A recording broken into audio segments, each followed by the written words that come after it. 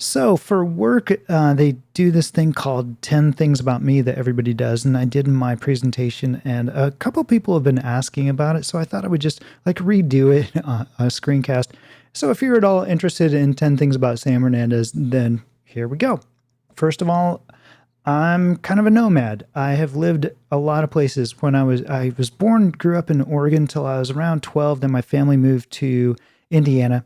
After I graduated from high school, I spent enough time in Arizona to flunk out of tech school. And then from there, later on, I moved to Montana, lived up not far from Glacier National Park for about 4 years, spent a year in Seattle, spent most of my adult life in the Bay Area in California and really loved it there. But most recently, almost exactly 4 years ago, I moved to Austin, Texas.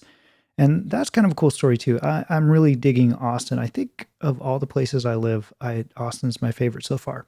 I've also traveled, through almost every state in the United States except for maybe way upper east. Been to a bunch of countries, and I totally recommend traveling and moving around if it at all suits you.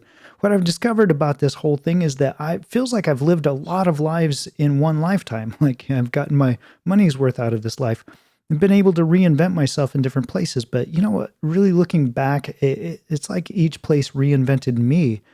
When you move someplace new and you have new friends, you get to see the best parts of yourself again somehow.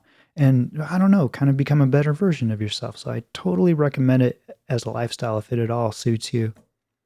Number two, I have hacked the mainframe, although that might be a little bit of an exaggeration. I didn't actually hack anything, but I was visiting Goshen College and this is in Indiana, when I was about 12, 13-ish with my mom, and waiting for her to get out of a meeting. And in the hallway, this really kind student came by and said, "Hey kid, you want to see something cool?" And he took me in this room and he showed me one of these, literally like this is exactly the kind of model. And he set me up with a timeshare account with 4 kilobytes of memory and showed me where all the tutorials were. And I absolutely fell in love with computing. And I fell in love so hard that when I got home from school every day, if my mom and dad weren't home yet, I would run away from the house and I would literally down these tracks. This is a recent picture, actually. I would run down these tracks, literally a mile each way, often in the snow, but not barefoot. So I'm not exaggerating. Just to go and see if there was an open terminal and see if I could learn some more. And I fell in love with computing. What's amazing about that is that we were actually not wealthy at all. We were kind of poor. And let's see, in 1978-ish, personal computers were just becoming a thing. There was no way we could ever afford that. So, you know what? Through the kindness of a stranger, it changed my life. I would have never known that I had any aptitude or love for computing at all. So I'm very grateful for that stranger. Number three is I rode from Amarillo, Texas to Phoenix, Arizona on a little motorcycle. And it looked exactly like this. Like right after I graduated high school, I bought a 1976 404. And man, long story short was I was going to Phoenix. My parents insisted that I take one of the family cars, which was incredibly generous. But me being a butthead, insisted with no surrender that my bike was going with me too. Glossing over a lot of details, the bike was in the trailer, and around Amarillo, actually a little town called Groom, the car blew up. And the story ends like this. My dad coming out and saying, "Sam, I found some people that'll buy your bike, and we will take that money and get you a plane ticket and fly you the rest of the way to Phoenix." And I'm pretty sure I didn't even say anything to him. I just walked over to the car and I grabbed my motorcycle jacket and my helmet and stuffed a bunch of underwear and socks in my jacket because I didn't even have a backpack. And I got on the bike and I said, "See you, Dad. I'm going to school." And I rode off into the desert at the age of 18. My dad just didn't say a word. He just looked dumbfounded. I'll never forget riding away and the look on his face as he just stood there watching me ride away. And I just rode off into the desert at the age of 18 with no cell phone, GPS, anything like that existed, and a couple $100 in my pocket. And it was an adventure. I kind of needed to do it, and I appreciate my dad for letting me do it. I'm not sure how he explained to his wife that he just let their 18-year-old son run off into the desert, but I'll tell you what, if I had played it safe, I wouldn't have a story to tell. That's the biggest thing that I would say from that. By the way, I do not recommend a small bike like that for that far. It was pretty painful. I have two short fingers, if you haven't noticed. Here's that awkward, like I still play bass even though I have short fingers. And, I was working in the factory after I dropped out of, or flunked out of tech school. I was working at this place that had presses, and I was making some pretty poor life decisions at the time. And I'm pretty sure I was up till probably 3 a.m. partying or something. And the next day I decided that it would be all right to stick my hand inside a press while it was running. I won't go into the details, because they're kind of gross, but oh man, I'll tell you what, that I had just been approved for a loan to buy a really nice new motorcycle, but since I had lost my clutch hand and thought that I didn't want to make payments on a bike I couldn't ride for a while, that I let it go. I'll tell you what, I am convinced that this accident, as terrible as it was for me at the time, probably saved my life, because if I had made that mistake, I'm sure that I would have stayed up till 3 a.m. and tried to ride somewhere, and I'm pretty sure I would have killed myself. So kind of grateful, actually, for this.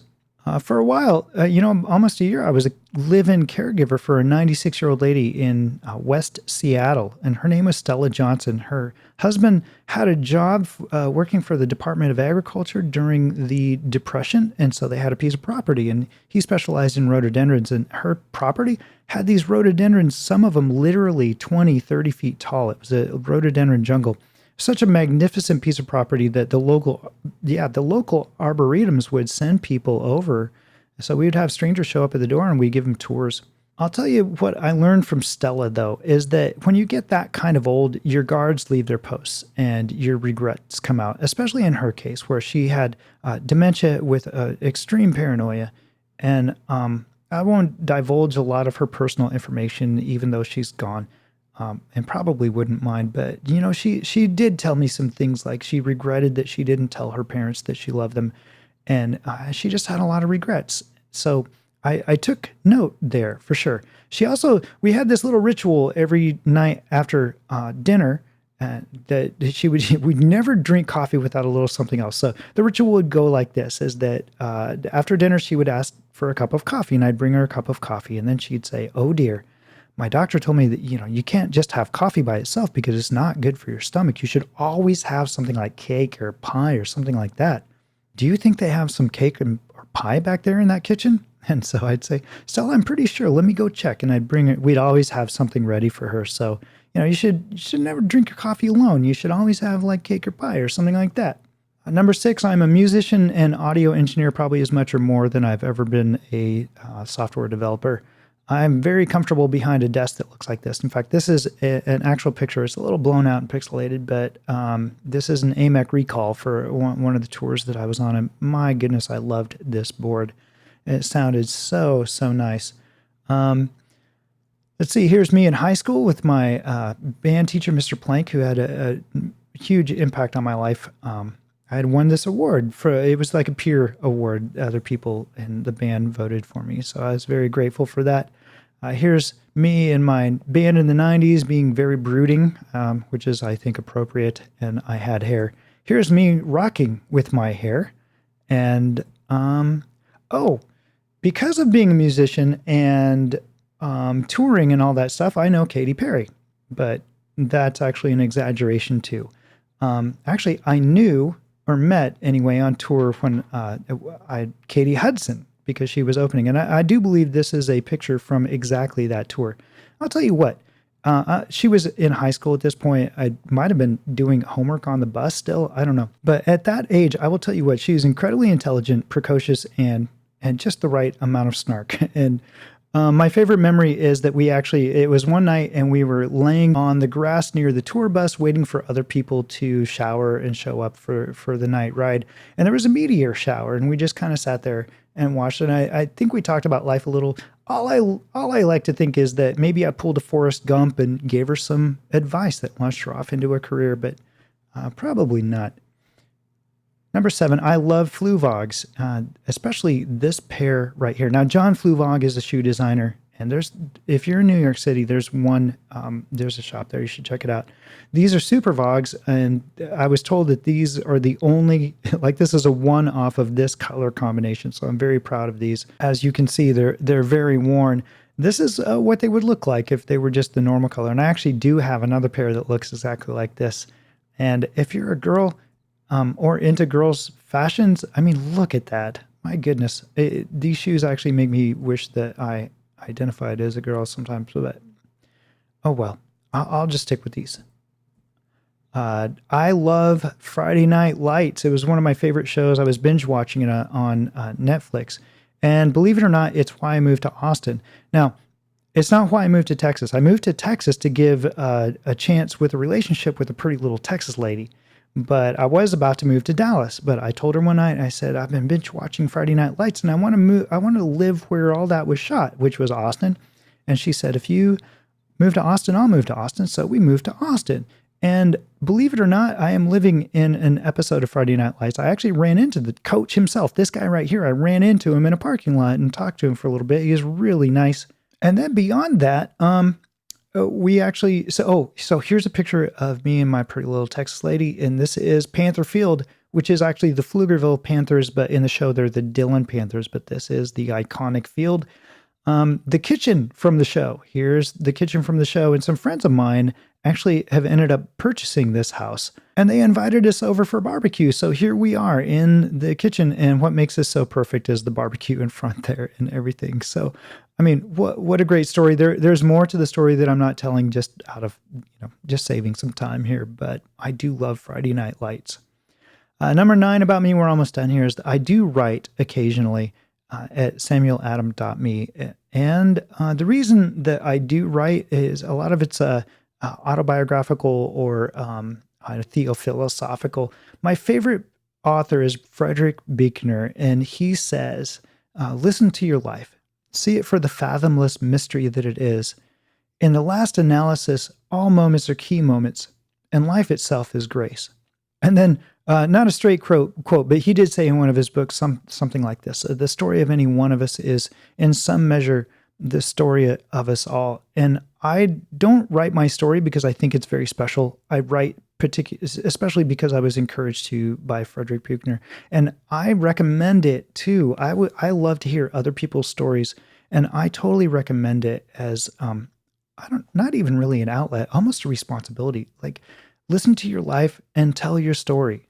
Somebody needs to hear it. And the last thing about me is that I am an old, and I love that phrase. A friend, Sophie, coined this phrase on Twitter, I think. She says, I think that we should just call old people olds.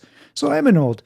I was born in 1965 under what I call the long shadow of World War II. That experience was still very imprinted in the minds of the people that raised me and, school teachers and things like that. I graduated high school in 1983, and that was during the Cold War, and the Cold War was no joke. I totally understand the greed and the craziness of the 80s because really the world could have ended, the world as we knew it anyway, could have ended at any moment, and it was just crazy times. You know what? The world has always been on the verge of destruction, it seems. Like every decade, everything has always been this huge crisis like today. You know what? Nothing surprises me anymore. We're going to be okay. I am Gen X, though. I kind of split between the 80s and the 90s. I think I identify more with the 90s. Some Gen Xers born the same year as I was born are Dr. Dre, Trent Reznor, and Robert Downey Jr. Since I am Gen X, I, of course, miss flannel shirts, long hair, Doc Martens, but most of all, honestly, Winona Ryder. Let's be honest. That I miss Winona Ryder. I'll tell you this, living long teaches you some things. And my favorite philosopher, Soren Kierkegaard, says, life can only be understood backwards, but it must be lived forwards. It's kind of a bitter irony, isn't it? Of all the things that I've learned in this life, I do have some unsolicited advice to give you if you choose to accept it. One is that you will be many people in one lifetime. Even if you don't move around, you will be many different people within one lifetime. So keep moving. The kindness that you show a kid, it matters more than you know, and especially, I believe, somebody else's kid. Choose the road that gives you the best story. At the end of your life, when you're put in the ground and everything's over, that's all your life will be, is a story for somebody else to tell. Make it a good one. Make it an interesting one. Make it one that inspires other people to live a good story as well. Your greatest loss might be your greatest fortune, and you might never know it. So when you suffer great loss, consider being grateful anyway. Live without regrets. And by that, the way that happens is to say the things that you need to say now. Say, I love you often, and especially say, I'm sorry often and early as well, because in the end, I'm sorry is the same as I love you. Good shoes cover a multitude of fashion sins, and I am not into fashion, obviously, if you look at the way I dress, but people notice good shoes. So there's a little tip for you. Listen to your life and tell your story. You might think that your story is boring, but I promise you that it's not, because in some measure, the story of any one of us is the story of us all. And most importantly, always have something with your coffee, like pie or cake or something like that. And I'm sure that Stella Johnson would really want you to know that and practice that. So, well, anyway, that's it. Thanks for listening.